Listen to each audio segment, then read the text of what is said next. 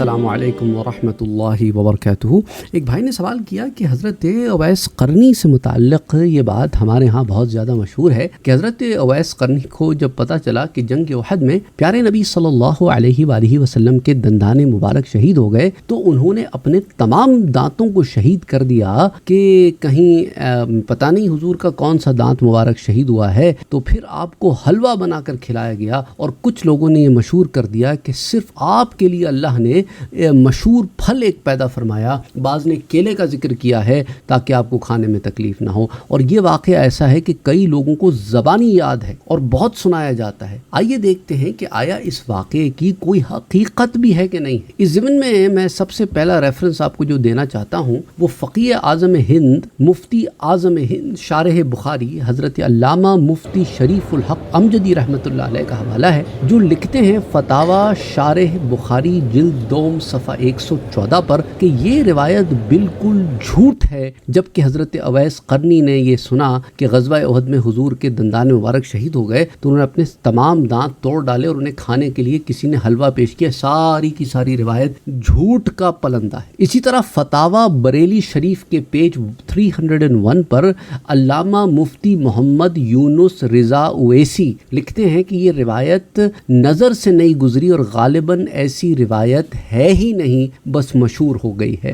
اسی طرح کتاب الکبریٰ جو امام شعرانی کی لکھی ہوئی کتاب ہے، اس میں حضرت اویس قرنی کا جو ذکر ہے پیج 43 میں، اس میں آتا ہے کہ حضرت اویس قرنی کے بارے میں یہ عوام میں مشہور ہو گیا ہے کہ آپ نے عشق رسول میں اپنے دانتوں کو شہید کر دیا۔ یہ سراسر جھوٹ ہے اور افتراء ہے اور جاہلوں کا گھڑا ہوا ہے۔ اگرچہ بعض تذکرے کی کتابوں میں اس کا ذکر ملتا ہے لیکن وہ بے دینوں کی ملاوٹ ہے، اس کا ثبوت کسی مستند اور محفوظ کتاب سے نہیں ملتا، بلکہ اس کے برخلاف طبقات کبریٰ میں آتا ہے کہ حضرت اویس قرنی نے فرمایا کہ خدا کی قسم جس طرح حضور صلی اللہ علیہ وسلم کا سامنے والا دانت شریف کا کچھ حصہ مبارک شہید کیا گیا تھا، اسی طرح میرے بھی اسی دانت کا ایک حصہ توڑا گیا تھا، اور جیسے سر مبارک کو زخمی کیا گیا تھا میرے سر کو بھی اسی طرح زخمی کیا گیا تھا، جس طرح آپ کی پیٹھ پر کچھ پھینک کر آپ کو تکلیف پہنچائی گئی تھی اسی طرح مجھے بھی پہنچائی گئی تھی۔ اسی طرح میں نے بعض کتابوں میں یہ دیکھا جس کی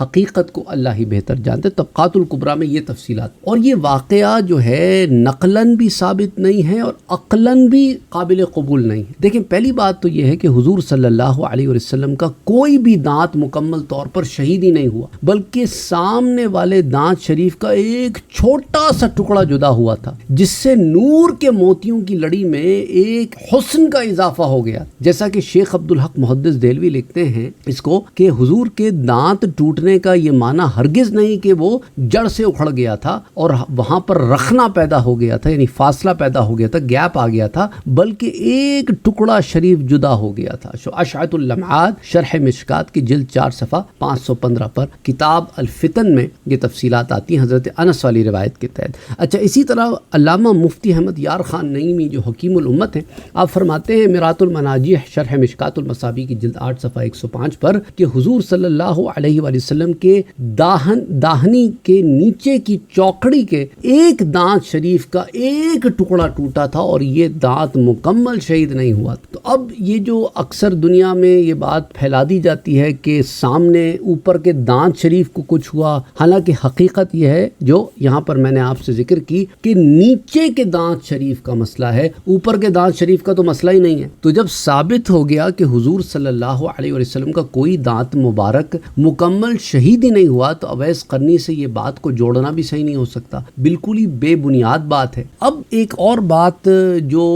سامنے منظر عام پر لائی جاتی ہے وہ فتاوی اویسیہ سے لائی جاتی ہے کہ فتاوی اویسیہ میں لکھا ہے کہ حضور کے سامنے والے دانت غزوہ احد میں شہید ہو گئے تھے، تو یہ بات پر پھر علماء کرام نے گرفت کی ہے کہ یہ ان کا اپنا مغالطہ ہے، یہ ان کا مغالطہ ہے، ایسا ہوا ہی نہیں تھا، انہیں مغالطہ ہوا ہے کہ انہوں نے اپنے رسالے میں اس کو لکھا کہ حضور کے 4 دانت شہید ہوئے تھے، جڑ سے نکل گئے تھے، اور اس رسالے کی تحقیق درست نہیں ہے۔ اب آ جائیں ذرا اس کو عقلاً بھی دیکھ لیتے ہیں۔ دیکھیں نا، حضور صلی اللہ علیہ وسلم کے دانت مبارک کے ساتھ جو تو کفار نے کیا تھا، تو حضور کے دانت کی تکلیف کا ہو جانا یا دانت کے کسی حصے کا ٹوٹ جانا یہ تو کافروں کا عمل ہوا نا، نہ اس کے کہ اویس قرنی اس عمل کو دہرائے اپنے ساتھ، اور اللہ کی کتاب بھی اس پر واضح ہے کہ اپنے آپ کو تکلیف نہیں پہنچانا پہنچانی، گزند نہیں پہنچانا، تو یہ کام جو ہے یہ خلاف شرع بھی ہے اور خلاف عقل بھی ہے. اور جو لوگ اس واقعے کی تائید کرتے ہیں انہیں ہم دعوت دیتے ہیں کہ تم بھی اپنے دانتوں کے ساتھ ایسا کیوں نہیں کرتے جیسے اویس قرنی نے کیا تھا، اور آپ ان میں سے اکثر لوگوں کو بھاگتا ہوا ہی پائیں گے.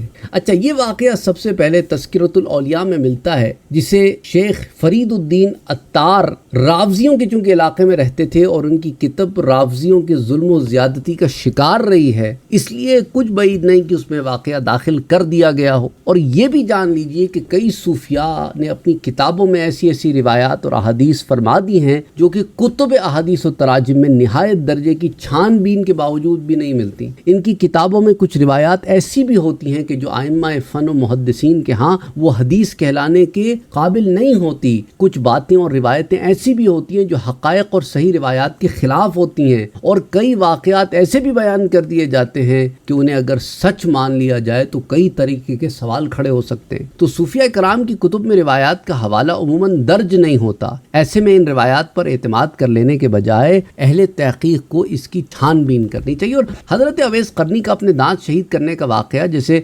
شیخ فرید الدین عطار نے اپنی کتاب تذکرۃ الاولیاء میں بغیر کسی سند اور معتبر ماخذ درج کیا ہے، جس سے صرف شیعہ حضرات اپنا الو سیدھا کرنے کی کوشش کرتے ہوئے ماتم پر بطور دلیل پیش کرتے ہیں، حالانکہ یہ روایت ائمہ محدثین کے نزدیک موضوع روایات کی فہرست میں داخل ہوتی ہے. اور پھر اس کے متن پر سوالات و شبہات اور تضادات و تنقیدات کا ایک ایسا سلسلہ شروع ہو جاتا ہے جس پر ایک پوری کتاب بھی لکھی جا سکتی ہے. پہلے جو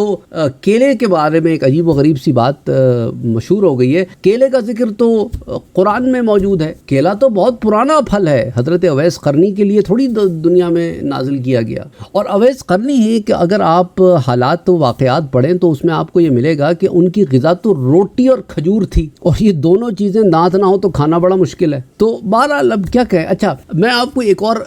روایت بھی ابن ابی دنیا اس کو موسعہ میں لاتے ہیں، جلد نمبر 4 صفحہ 346 پر. اس سے بھی ایک بڑے آپ کی جو ہے نا ذہن میں یہ بات صاف ہو جائے گی کہ حضرت آدم علیہ السلام وہ کہتے ہیں جب زمین پر تشریف